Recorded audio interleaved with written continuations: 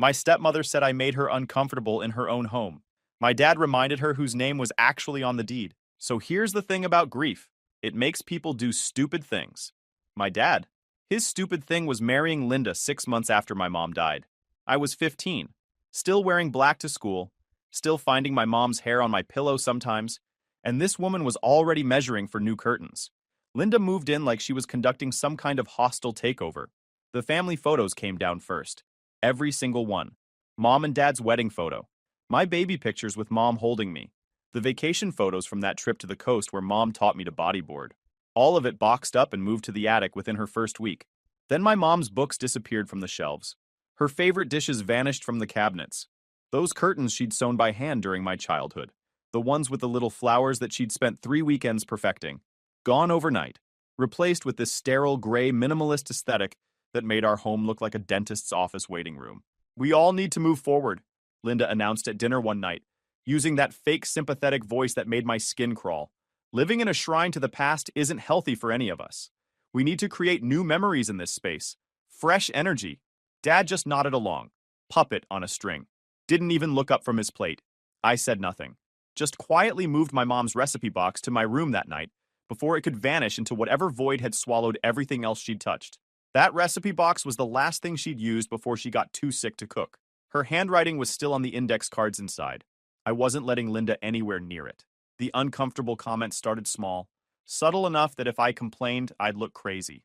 That's the thing about people like Linda. They're smart about how they operate. Never anything overt enough to call out. Just this constant drip, drip, drip of little jabs and passive-aggressive moves that slowly drive you insane while maintaining plausible deniability. I left dishes in the sink once after a late shift at my part-time job. Just once. Linda called a family meeting about respecting shared spaces. An actual formal meeting, with an agenda. About 2 plates and a fork. I stayed up studying until midnight for finals. Linda complained that my desk lamp bothered her from across the hall. Through 2 closed doors. In a house with 3,000 square feet. She actually used the phrase sleep hygiene concerns with a straight face. Then I came home one day and found my bedroom door didn't have a lock anymore. Someone had removed the entire mechanism. Just gone. Like it had never existed. The holes were still there where the hardware used to be, but the lock itself had vanished.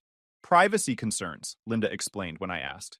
Her voice had that syrupy sweetness that made my teeth hurt. We're a family now. Families don't lock doors. It's about trust and openness. I wanted to point out that families also don't erase dead mothers like they never existed, but I kept my mouth shut. I was learning that survival in this house meant staying invisible, meant picking my battles, meant swallowing about 1,000 things I wanted to say every single day. When I turned 17, she ramped up the campaign significantly. Stopped being subtle about it. My presence made her anxious.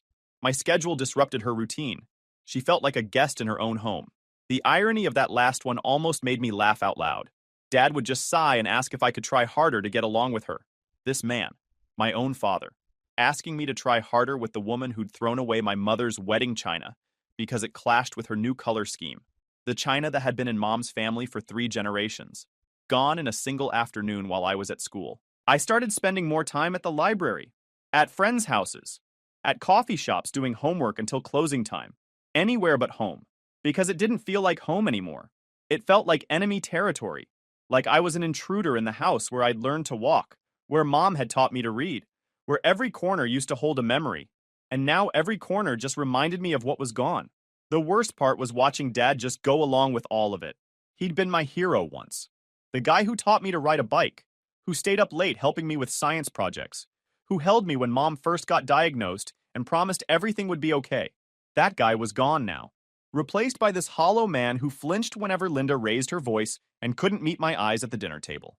Then one morning, I walked into the kitchen to grab some coffee before school. Linda was sitting at the table with a woman I didn't recognize.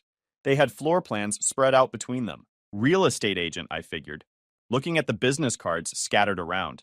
Once she goes to college in the fall, Linda was saying, gesturing at what I now realized were plans of our house. We can finally convert that bedroom into a proper home office. The natural light in there is perfect.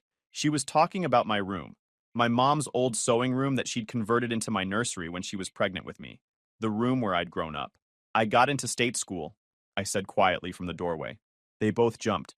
I'm commuting to save money. living at home. The temperature in that kitchen dropped about 30 degrees. Linda's face went through about 6 different expressions before settling on barely contained rage. The real estate agent suddenly found her paperwork very interesting. That afternoon, Linda cornered me in the hallway outside my room. Her mask was completely off now. No more fake warmth, no more pretend family bonding. "I think it's time we had an honest conversation," she said, blocking my path. "You need to understand something. This is my home now. I've been patient. I've tried to make this work, but your presence here makes me deeply uncomfortable. I need you to start making other arrangements." I just stared at her. This woman who'd spent 2 years systematically erasing my mother from existence, who'd turned my grieving father into a spineless yes man, who was now standing in my mother's house, telling me I needed to leave. Before I could respond, Dad appeared from his office down the hall. He'd clearly heard everything. For once, he wasn't looking at his shoes. He wasn't finding somewhere else to be. He was looking right at Linda. "Linda," he said. His voice was different, flat, cold. "Whose name is on the deed?" The color drained from her face so fast I thought she might pass out. "Well, both of ours, but wrong. Just mine." The silence that followed was deafening. This was Rebecca's house. My mother's name hung in the air like a ghost, like she'd walked right into the room with us. She left it to me in trust for our daughter. "You're a guest here, Linda. You've always been a guest." I'd never heard him sound like that. Never seen him stand up to anyone, let alone her. Linda's mouth opened and closed. No sound came out. "But you said—" "I said a lot of things," Dad interrupted. "I was grieving. I wasn't thinking clearly. That ends now." The next morning, I found legal documents on the kitchen counter. Official looking. Lots of whereases and herebys. Stamped and notarized and everything. I read through them twice to make sure I understood what I was seeing. Dad had transferred 50% ownership of the house directly to me. At 17 years old, I was now a co-owner of the property I'd grown up in. He must have had these drawn up overnight. Must have called a lawyer the second Linda went to bed. That's how rattled he was after that confrontation in the hallway. Linda moved into the guest room that night.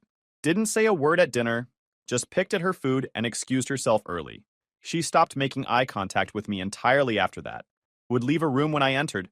Would eat at different times to avoid sitting at the same table. The temperature in the house was Arctic, but for the first time in 2 years, I could breathe. But here's the thing Dad didn't know. What neither of them knew. What nobody knew except me and a dead woman. 2 years earlier, while cleaning out boxes in the attic, I'd found something. A journal. My mom's journal from the year she died. Blue leather cover. Her name embossed in gold on the front. I'd opened it expecting memories. Maybe some recipes. Notes about her garden. The kinds of things a dying mother might want to leave behind for her daughter. What I found instead was detailed entries about how she'd discovered Dad's affair with Linda, his secretary at the time. 6 months before her cancer diagnosis. She'd found emails, text messages, a hotel receipt that fell out of his jacket pocket when she was doing laundry. My hands were shaking so hard I could barely turn the pages, but I kept reading. Every word, every date, every piece of evidence she documented with the precision of a prosecutor building a case. I'd kept that journal hidden under a loose floorboard in my closet, waiting. Not sure for what, just knowing that someday I might need it. Knowing that information was power. Knowing that Mom had documented everything for a reason. Now, with 50% of the house in my name and Linda spiraling out of control down the hall, I pulled it out again. Because that journal contained something else. Something I'd almost missed the first time I read it. Evidence that Mom had started divorce proceedings. Notes about meetings with a lawyer. Asset lists. Property valuations. And tucked in the back pages, photocopies of documents that suggested she'd planned to leave Dad under very specific conditions. Conditions he'd violated. Conditions that, according to the lawyer's notes, would trigger a clause that could change everything about who owned what. The lawyer's name was inscribed on every page. William Foster, attorney at law. Careful handwriting. Detailed notes. A man who clearly knew exactly what he was doing. His office was still listed online. I checked from the library computer. Still practicing family law in the same building downtown, after all these years. I called him from a friend's house, not wanting the call to show up on our home phone records. Paranoid? Maybe. But I'd learned a lot about self-preservation in the past 2 years. I'd learned that information was currency. That timing was everything. That you don't show your cards until you're ready to play them. Mr. Foster, my name is Mia Callahan. I'm Rebecca Callahan's daughter. The silence on the other end stretched so long I thought we'd been disconnected. I could hear him breathing. Could almost hear him thinking. "I've been wondering when you'd call," he said finally. His voice was steady, careful, measured. How much do you know? Everything. I have the journal. And your notes. Another pause. Longer this time. Can you come to my office? Not today. Saturday morning, when your father usually golfs. We need to talk in person. There are things I need to show you. I agreed. Hung up. Stood in my friend's kitchen with my heart pounding so hard I could hear it in my ears. Saturday couldn't come fast enough. That Saturday, I told Dad I was meeting friends at the mall. Standard teenage excuse. Linda was locked in the guest room like she'd been all week, nursing her wounded ego. Dad barely looked up from his newspaper when I left. He'd been avoiding real conversation since that night in the hallway. Couldn't look at me without guilt written all over his face. Foster's office was in an old building downtown, the kind of building that doesn't exist anymore in most cities. Brass fixtures polished to a mirror shine, dark wood paneling that smelled like lemon oil and old money. The elevator still had an actual operator. I half expected to see men in three-piece suits with pocket watches walking around. His office was on the 4th floor, corner unit with windows overlooking the courthouse across the street. Foster himself was in his late 60s with white hair and the kind of calm demeanor that suggested he'd seen it all. Twice. Nothing was going to rattle this man. Your mother was an exceptional woman, he said, gesturing for me to sit across from his massive oak desk. When she came to me with evidence of your father's infidelity, she was devastated. But she was also practical. She knew a divorce would destroy her financially while she was fighting cancer. Medical bills were already astronomical. So she stayed, I said. Not a question. She stayed. But she wasn't naive. She had me draft documents that would protect you. He pulled out a thick folder and set it on the desk between us. Your mother owned this house outright before she married your father. It was her grandmother's, passed down through her family for 4 generations. She put it in a trust specifically designed to keep it out of the marital estate and away from any divorce proceedings. But Dad said she left it to him in trust for me. That's what those documents yesterday were about. Foster's expression hardened. His jaw tightened. Your father lied.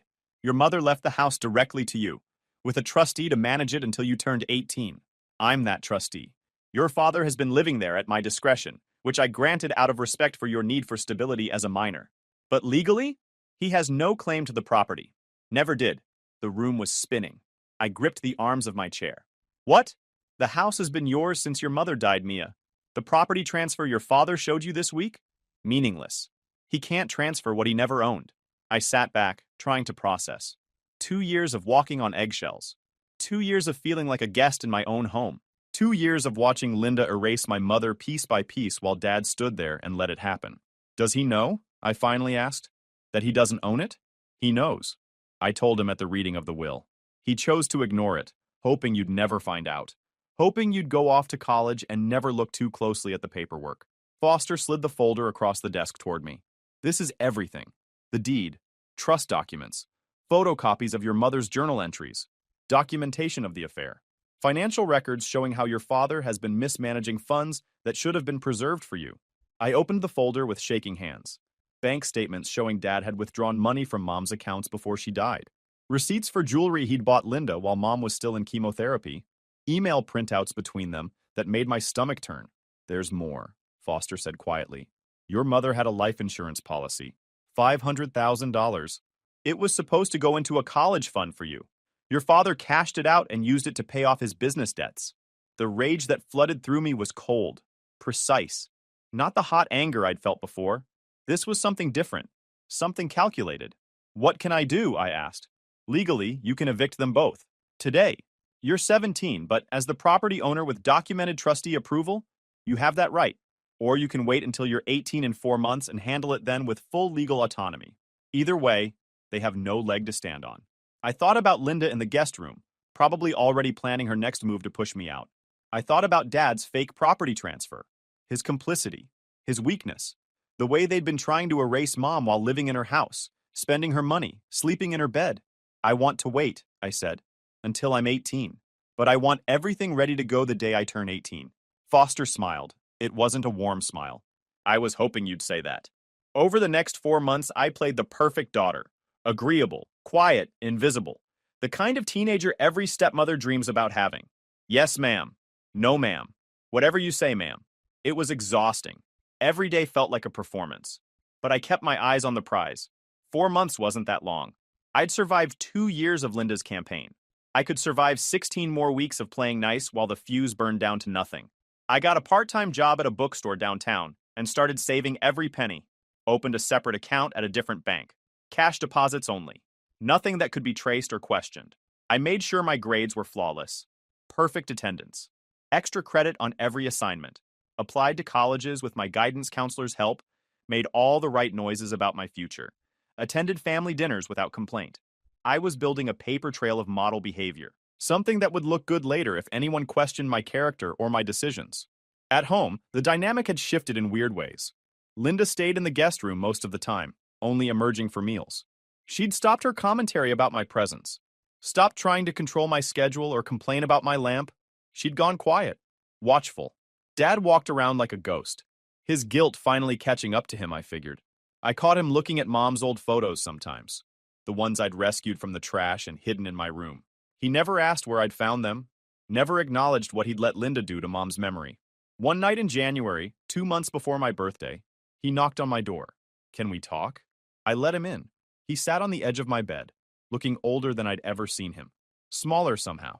I know I failed you, he said. His voice cracked halfway through. After your mother died, I wasn't thinking straight. Linda was there, and I was drowning, and I made mistakes. You had an affair with her before Mom died. His face went white. How did you? I know everything, Dad. Everything. He didn't try to deny it. Just sat there, shoulders slumped, defeated. I loved your mother. I did. But I was weak. I'm still weak. And I've let you down in every way that matters. I could have forgiven him in that moment. Could have tried to rebuild something. But then I thought about Mom sitting in chemotherapy alone while he bought Linda jewelry. I thought about her journals, her pain, her attempts to protect me even while she was dying. Yeah, I said. You did.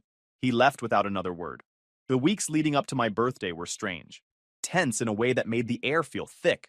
Everyone knew something was coming. We just didn't acknowledge it. Like those moments before a thunderstorm when everything goes quiet and you can feel the electricity building. Linda became almost invisible, spending entire days locked in the guest room. I'd hear her on the phone sometimes, voice sharp and angry, muffled through the door but definitely not happy, probably telling her sister or friends how unfair everything was, how she was the victim in all this. Poor Linda. Married a widower and somehow ended up the bad guy. Life is so unfair. Dad tried to act normal. It was almost painful to watch.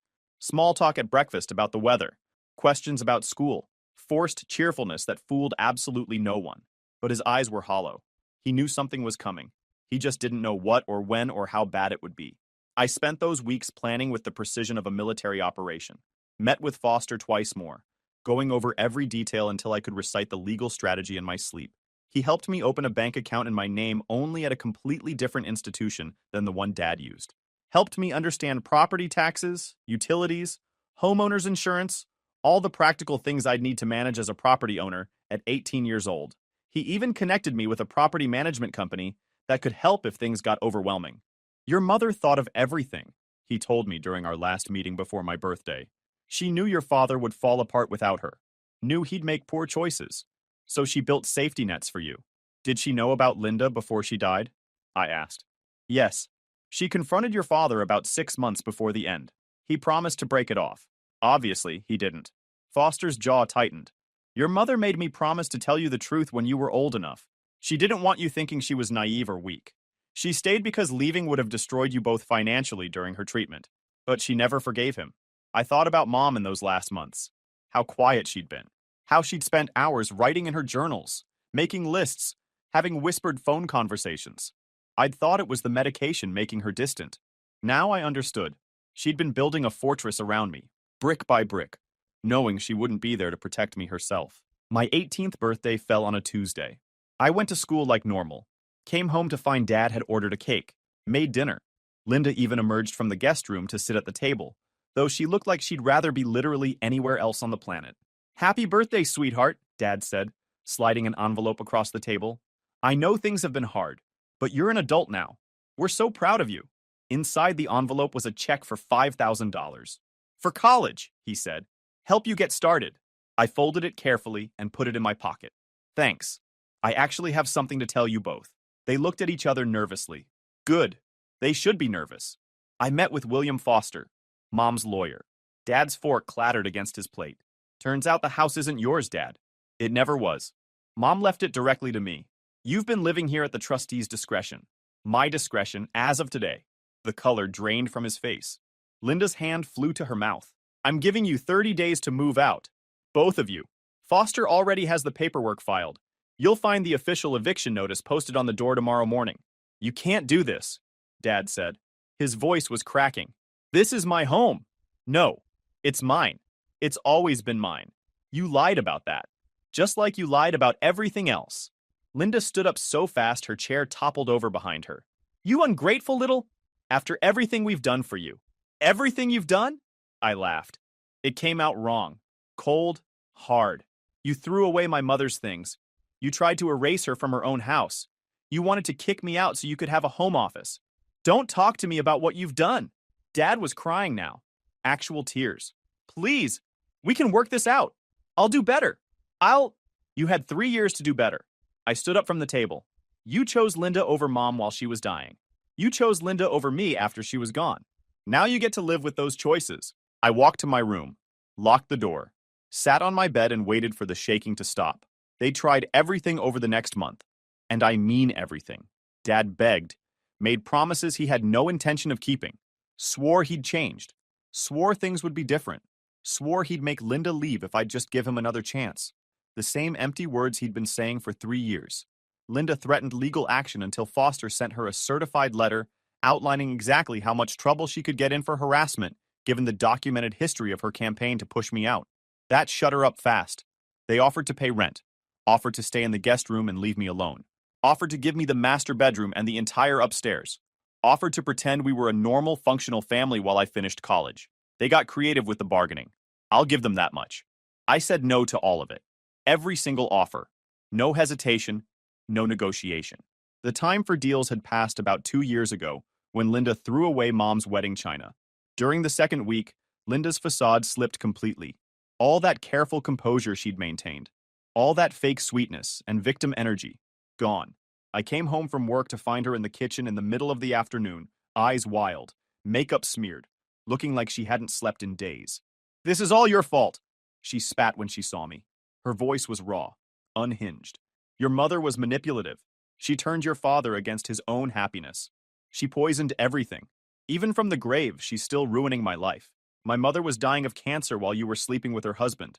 I set my bag down carefully. Don't talk to me about manipulation. She could have divorced him. She chose to stay and make everyone miserable. She stayed because Dad wiped out their savings on bad investments, and she needed his insurance to cover her treatment. But you knew that, didn't you? You were his secretary. You saw the accounts. You knew exactly what she was dealing with. Linda's face twisted. Your father loved me. Loved me. She was just too sick and bitter to let him go. Get out of my house. It's not your house yet. We still have 2 weeks. Get out of my sight then. Before I call Foster and have you removed today. She stumbled past me, muttering under her breath. I heard her slam the guest room door. That night I slept with a chair wedged under my doorknob. Trusting her seemed like a good way to wake up with the house on fire. Dad tried a different approach. He started leaving notes everywhere. Kitchen counter, taped to my door, tucked into my textbooks. Long, rambling apologies. Explanations about his grief, his weakness, his poor choices. How he knew he'd failed Mom and me.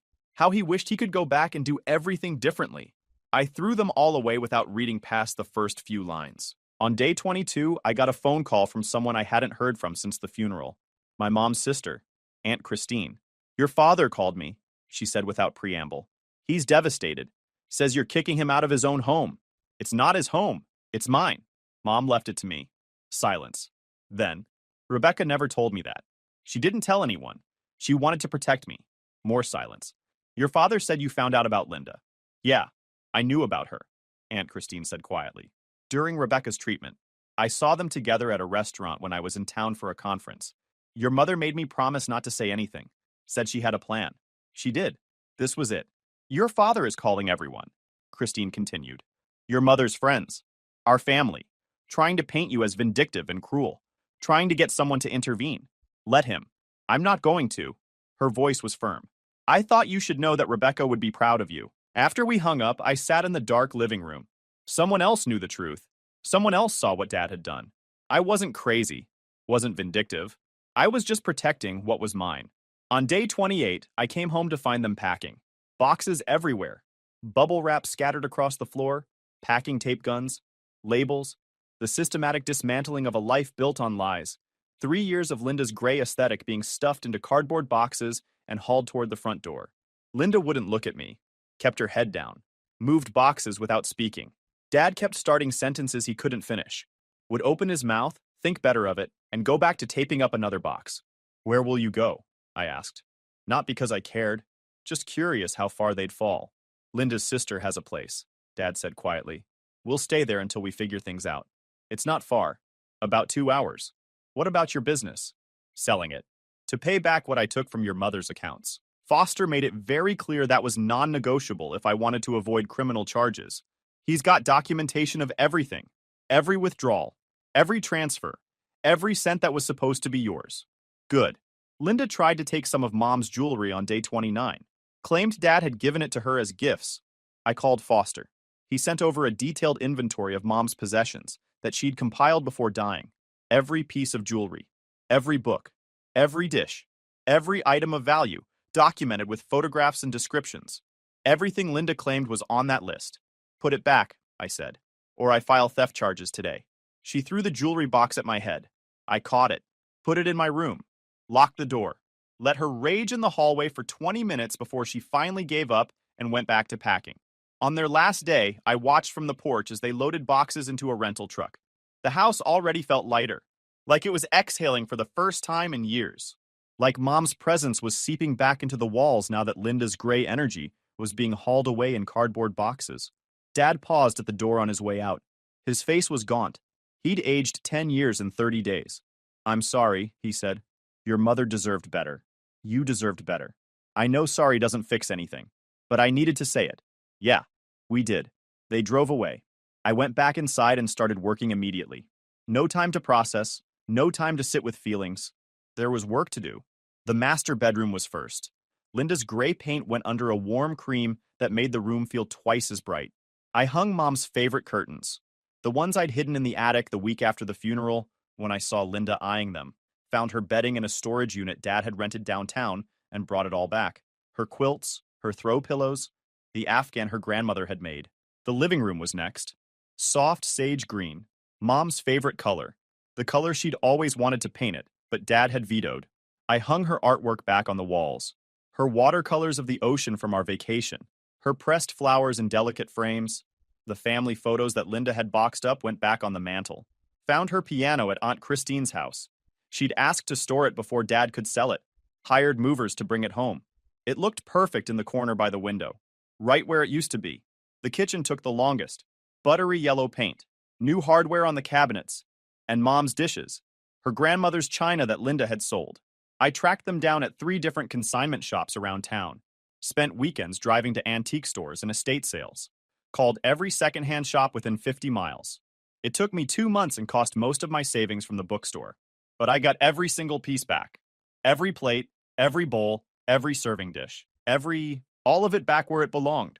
While I was restoring the house, Aunt Christine showed up with a box of documents. Rebecca made me executor of her estate after you turned 18, she explained, spreading papers across the kitchen table. There are more accounts. More assets than what Foster told you about.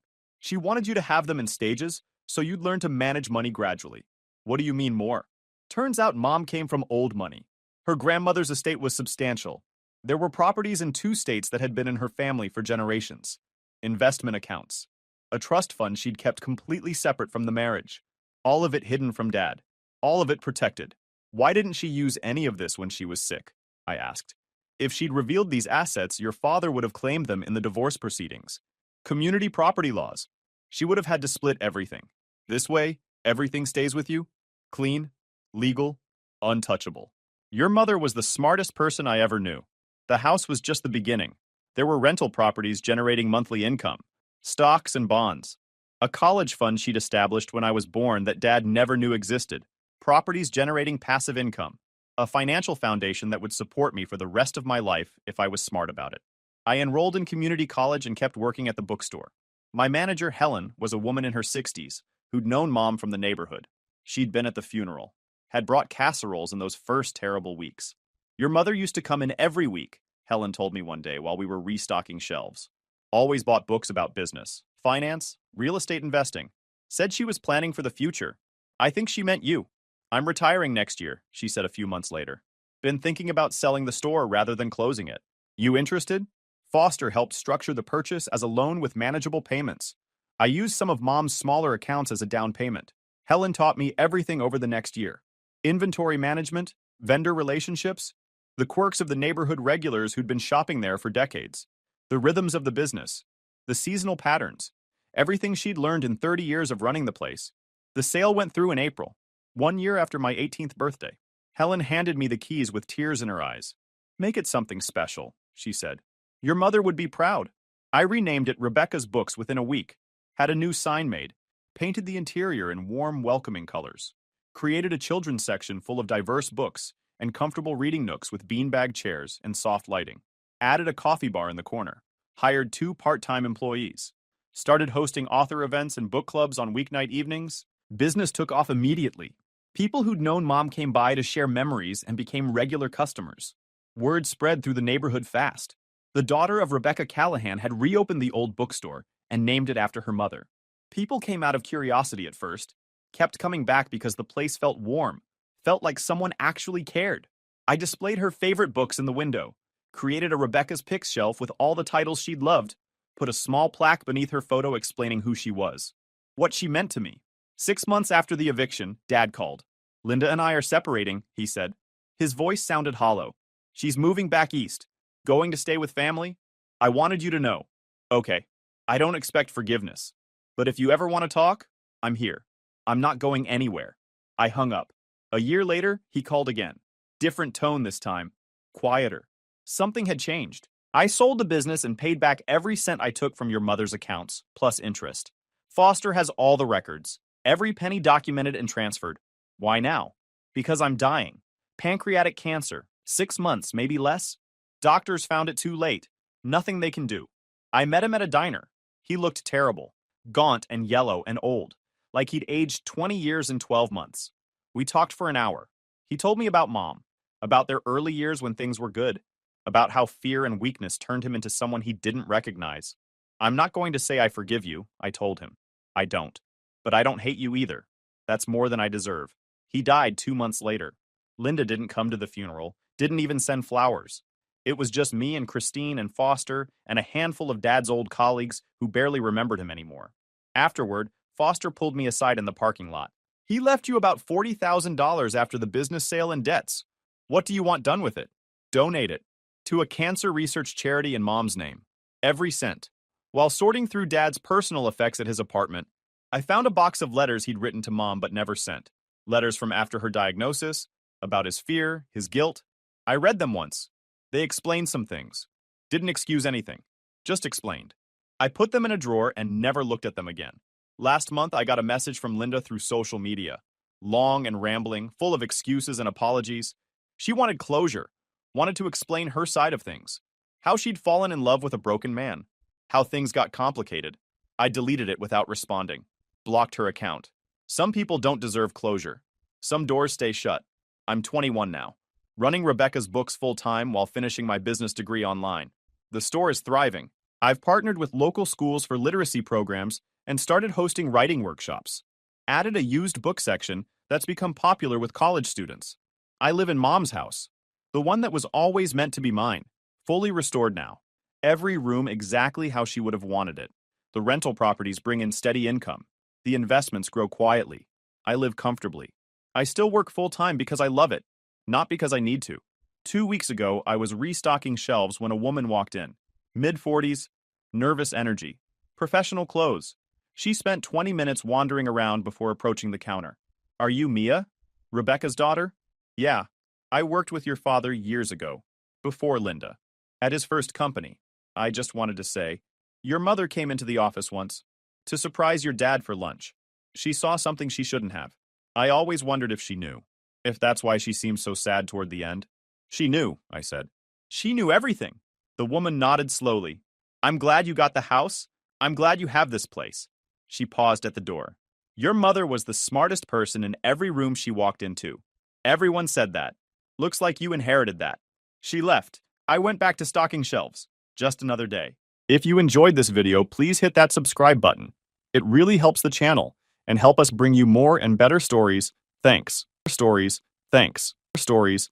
Thanks. Stories. Thanks. Stories.